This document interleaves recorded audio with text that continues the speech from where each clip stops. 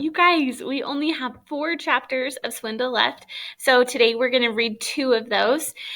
Your thinking tracks today are, all you have to do is 5 thoughts. Okay, so, and you can do vocabulary again if you want to, but just know that you don't have to. So 5 thoughts on your virtual thinking tracks. We're going to read 2 chapters, so it will probably be a little bit short, and then we'll finish next time. Oh boy. Okay, remember we were just to the part where we're pretty sure he's busted, right? He is busted. Okay, here we go. Let's go ahead and start. Chapter 29. Being interrogated by police. Helpful hints. Stick like glue to the 3 answers. I didn't steal it. You can't steal what's already yours. 2, I don't have it. A search of the house will prove this is the truth. And number 3, I don't know where it is. Also true, since it's impossible to tell if the card is still in the mailbox, at the post office, or on its way to the destination address. I still wonder where he sent it, because it never told us that. Okay, Griffin never put the latest plan on paper, but it was very much in his mind when the police came to question him in the case of the stolen Babe Ruth card. It wasn't much like cop shows on TV. There were no handcuffs, no hot lights in the face, no one-way mirrors. In fact, they didn't even go to the precinct house. The precinct house. The interrogation took place in the Bings living room, with Griffin flanked by his parents on the couch. Detective Sergeant Vizzini, you guys, I don't know what's up with the names in this book, but I'm pretty sure that's Vizzini, was polite, and it was obvious that he was losing patience. Maybe you think that a little baseball card is something to collect and trade and flick at a brick wall. Well, not this one. This one is worth more than a house. This very minute in New York City, a major auction is a big flop because this card was supposed to be the main event. I didn't steal anything, Griffin said stubbornly. That's not what Darren Bader said. That's not what the Benson girl said. 2 of my officers were here last night when you arrived home with your father's thingamajig. The timing would have been just about right. I've been a cop too long to believe in coincidences. Dad spoke up. Griffin, if you know something about this, you have to tell the sergeant right now. There's nothing to tell, Griffin insisted, trying to keep his voice steady. There are 10 policemen tearing this place apart. If I was hiding a baseball card in the house, wouldn't they have found it by now? So enlighten me, Vizzini demanded. It wasn't in your desk or your locker at school, and it doesn't seem to be here. What did you do with it? I don't know where it is. Vizzini frowned. Are you denying that you were at 531 Park Avenue Extension last night? I haven't done anything wrong, Griffin said firmly. Not by stealing, not by lying about it. The officer digested this. When he spoke again, it was to Griffin's parents. I'm going to give you 2 some time to talk things over with your son. You'll notice that I haven't been using words like arrest, trial, or juvenile detention yet. Ooh, the power of yet, you guys. Mr. Bing looked up in alarm. Does Griffin need a lawyer? Well, that would be up to you folks. Just take a minute to think about what Mr. Palomino has lost. If you were him, would you be inclined to say, drat the luck, and let the matter drop? I don't think so. He stood up. Until this issue is resolved, Griffin is not to leave Cedarville town limits. He can go to school, but that's about as far from home as we're willing to allow. Otherwise, we will start using words like arrest. With that promise hanging in the air like a cloud of toxic fumes, Vizzini gathered his team of searchers and left the house. All right, Griffin, Dad said as the squad cars drove away. I want the whole story. Griffin knew he owed his parents the truth, and not just because there was no way to get out of telling it. The police had invaded their home, rifled through their belongings, threatened their son with imprisonment. Mom and Dad had become a part of this. He came clean. Remember that sleepover at Stan Winter's? Well, it never really happened. Ben and I spent the last night in the old Rockford house before they tore it down. His parents listened, their eyes widening in awe and amazement as their son related the details of the discovery of the Babe Ruth card and how Swindle had earned his nickname by tricking Griffin into selling it cheaply. He confessed everything, the unsuccessful break-in at the store, the assembly of the team, and the heist preparations right up to the assault on 531 Park Avenue Extension. Okay, you guys, I just have to tell you right now, I am so glad that he told his parents the whole truth about every single thing that he's done. Not just because like he's in trouble or because he knows he has to, but because like I feel like he's a little bit justified in trying to get the card back, but also like just to tell the truth. I think that's super important. Okay, anyway, here we go. Keep going. But where's the card now? Dad demanded. Where did you hide it that half the police department can't find it? It's safe, Griffin assured him. I wasn't lying when I told Officer Vizzini that I don't know exactly where it is, but I'll be able to get it when the time comes. The time is this minute, Mom stormed. I can't believe we're even having this conversation. When you were growing up, did we somehow give you the message that stealing is okay? Of course not, Griffin exclaimed. That's why I did it. So Swindle wouldn't get away with stealing it from me. Think about what that card is worth. I don't care what it's worth, she shot back. Your future is worth more. Stop playing games and give the police what they want. Mr. Bing tried to be reasonable. How about this? We give the police the card to get you off the hook. Then we hire a lawyer and fight this Palomino character in court. Get real, Dad. You know we can't afford lawyers. That's what this whole thing was about in the first place.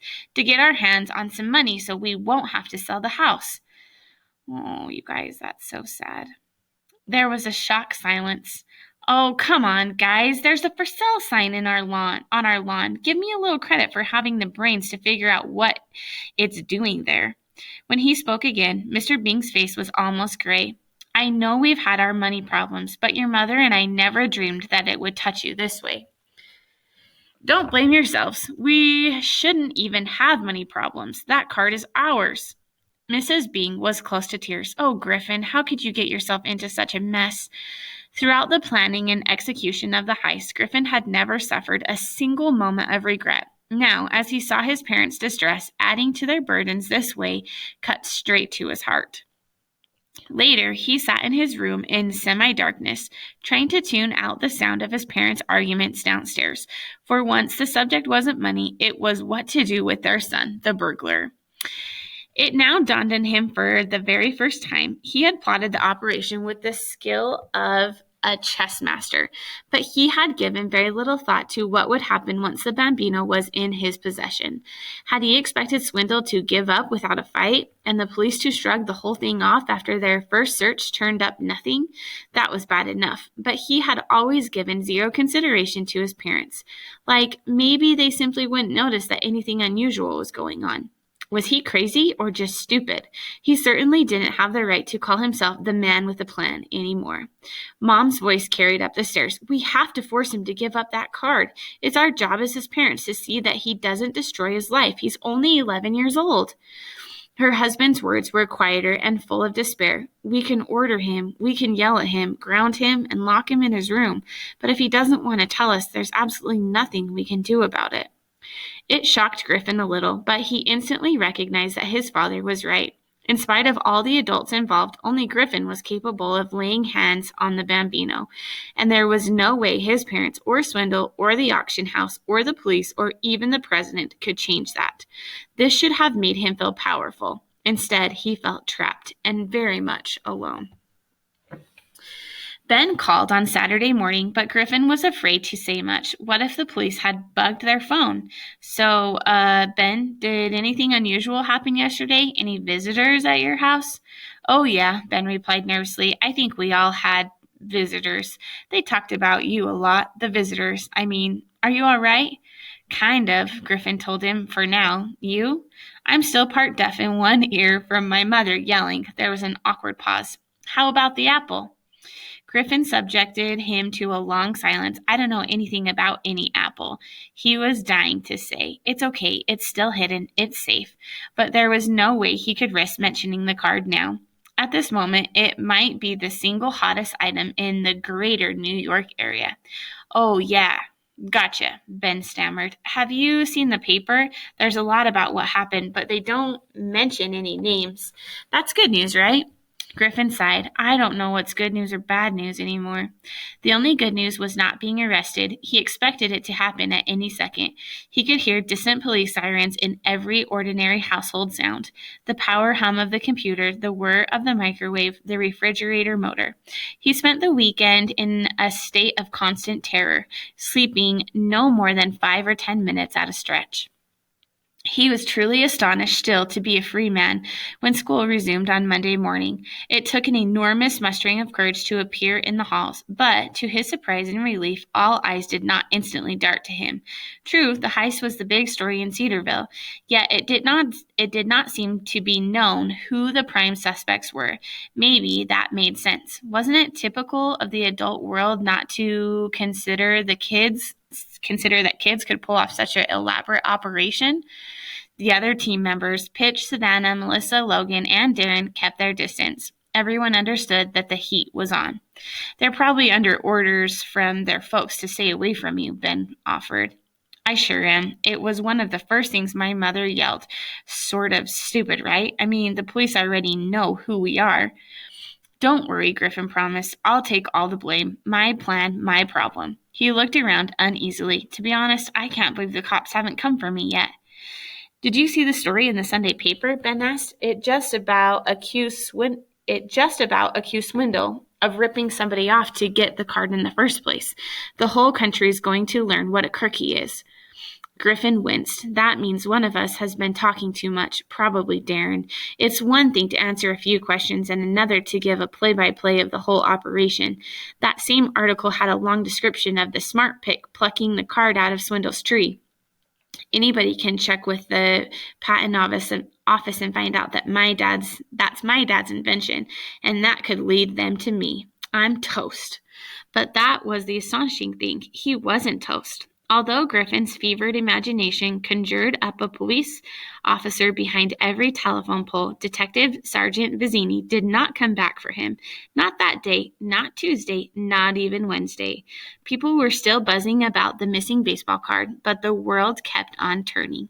Even S. Wendell Palomino had been released from the hospital and could now be found behind the counter of his shop. There weren't many customers. Word had spread that the dealer could not be trusted. Griffin held that fact to his heart. It was a glowing coal on an icy night, a tiny measure of justice. And what he means by that is that, at least all of this is bad news, but at least people are figuring out that Palomino is not a good guy and that, he can't be trusted because he obviously stole that from somebody else. So that's one good little thing that came out of this so far. Did that mean the intense heat was beginning to cool off? Was it crazy to believe such a thing? Even Mom and Dad let Ben come over for a couple of hours so they could work on their science project together. At least Mom said okay. Dad was making himself pretty scarce lately. Griffin couldn't escape the feeling that his father was avoiding him out of anger and distress over this whole affair. It made him unutterably sad. Have you been noticing the others talking to me in school? Ben whispered during their research. They're asking what's going on with the apple. Tell them to hang in there, Griffin advised. This isn't over yet. You mean you've got it? I know where to get it, Griffin replied cryptically. Ben couldn't hold back. Where'd you mail it to, Griffin? Who's keeping it for us? It's not a good idea for you to know. It was a measure of their friendship that there was no suspicion in Ben's eyes. He trusted Griffin absolutely and had faith in the man with the plan. When do you think it's safe to go for it? It's been almost a week now. How long do we have to wait? That was the million-dollar question. The cost seemed to be clear, but how could it be? The passage of 6 days didn't mean that the heist had never happened, and the revelation that Swindle deserved what he didn't undo the fact that Okay, let me read that again. And the revelation that Swindle deserved what he got didn't undo the fact that the card had been taken from his house. And yet, where were the police? Not at the Bing home, not at the school. Griffin still couldn't shake the feeling that he was being watched. But it was exactly that, a feeling. The facts suggested that the cops must have moved on to other things. All crime didn't grind to a halt just because a baseball card got stolen. They had new cases, laws to enforce, police business to attend to. I hope. Griffin knew that the longer he waited, the safer he would be. He also knew that the more time the card was out there, the greater the chance that something might happen to it. He analyzed the situation every which way, and the answer always came back the same. The moment was now. Okay, guys, we are going to stop there. I know it's kind of short today, but make sure that you do your 5 thoughts and any vocabulary words that you want to do. And chapter 31 and 32, the last 2 chapters, are coming at you at the next reading. Okay, see you later.